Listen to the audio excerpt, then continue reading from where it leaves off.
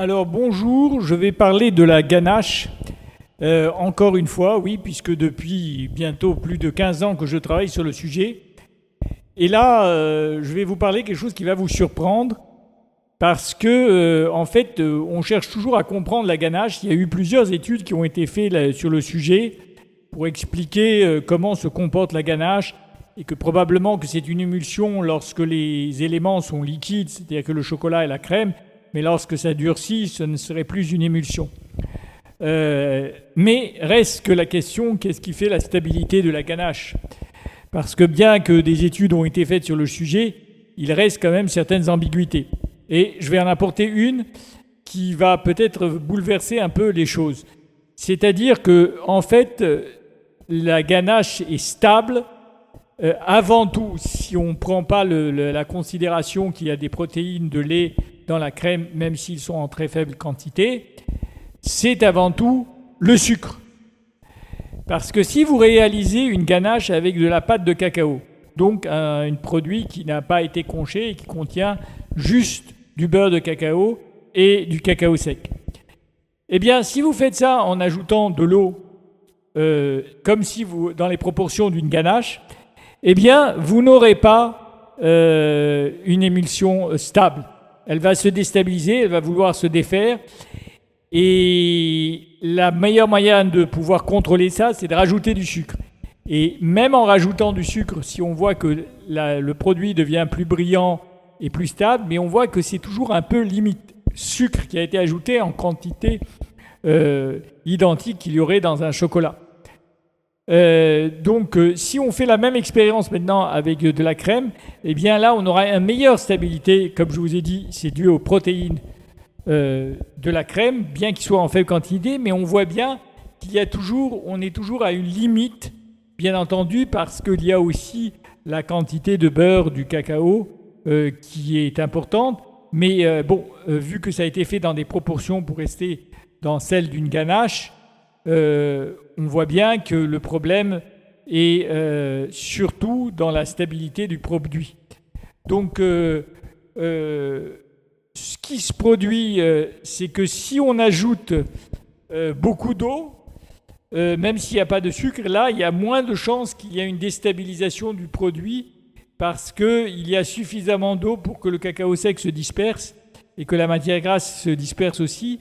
Mais il y aura toujours le risque que la matière grasse veuille remonter à la surface, puisque même si le cacao sec a tendance à vouloir stabiliser le mélange, puisqu'il y a des études qui ont montré que le cacao sec, quand il est travaillé et préparé d'une certaine façon, il peut agir comme émulsifiant par le principe de Pickering, qui est un type d'émulsion particulière, qui permet de garder le cacao sec en suspension et donc de stabiliser le mélange. Mais ce n'est pas le cas qui se produit ici. Donc, qu'est-ce qui a amené à réfléchir ? C'est-à-dire qu'on sait que lors du conchage, le sucre va se comporter de façon différente. Et il va avoir du sucre amorphe, qu'on appelle amorphe, qui va être une partie, va s'accrocher à la matière grasse. Et donc, on peut présumer que ce sucre amorphe agirait comme un stabilisant et agirait donc... aurait une affinité pour l'eau et pour la matière grasse et se comporterait à ce moment-là comme un peu un stabilisateur. Et donc ce serait une hypothèse. Donc de toute façon, le sucre et la structure du chocolat est modifiée au moment du conchage, même au niveau de la saveur, etc. Donc il se passe bien quelque chose qui va faire en sorte que le chocolat va devenir un produit plus stable quand on va ajouter de l'eau ou de la crème. Donc, la stabilité d'une ganache est due à sa quantité de sucre, mais aussi va être influencée par le cacao sec. Donc c'est une synergie entre les deux qui tient en fait la structure de la ganache. Donc ce serait bien ça. Donc si on est avec, et bien entendu que les protéines du lait ou de la crème vont favoriser davantage la stabilité de la matière grasse. Donc, ce qui fait que finalement, on a peut-être une autre vision de la ganache. Et ce qui est surprenant Donc il faudrait faire des tests, mais je n'ai pas pu pousser plus loin pour l'instant, ce sont des hypothèses que j'émets. C'est-à-dire que le brillant du chocolat pourrait aussi avoir une incidence de la manière dont le mélange se fait. Parce qu'effectivement, dans la masse de cacao, lorsqu'on ajoute du sucre et de l'eau, eh bien, le brillant a l'air de se maintenir plus longtemps et on dirait que la matière grasse est davantage en surface.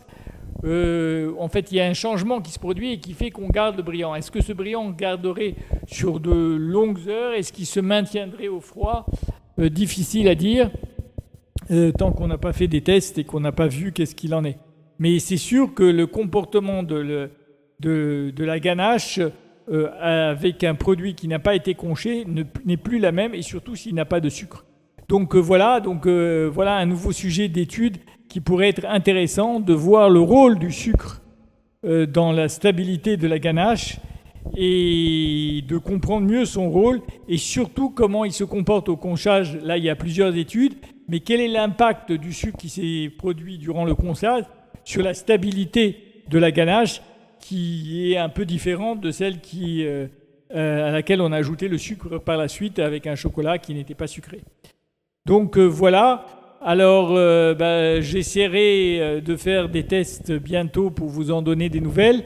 S'il y a des scientifiques qui sont intéressés par le sujet, eh bien je serai ravi de participer avec eux à cette étude, parce que je pense que ce serait intéressant d'aborder la ganache encore une fois d'un nouvel angle. Voilà, je vous souhaite une bonne journée.